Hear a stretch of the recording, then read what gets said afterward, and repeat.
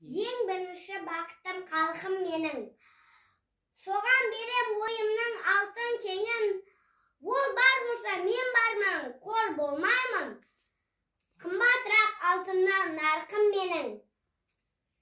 Ал екінші бақытым тілім менің. Таш жүректі тілімнен тілім дедім. Кейде дүниеден төңілсем де, қасиетті тілімнен төңілмедім.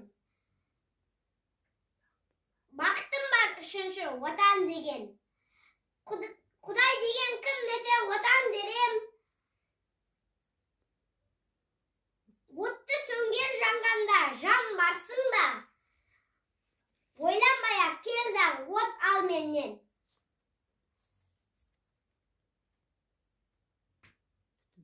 Түтін түтет, өз өрбей көгере бер. Немелер көбейсін шөберелер. Жадыңда ұста жақсылық күтпейсің. От емес оқ сұрасаң менен егер. Үш бірдей бақытым бар алақанда.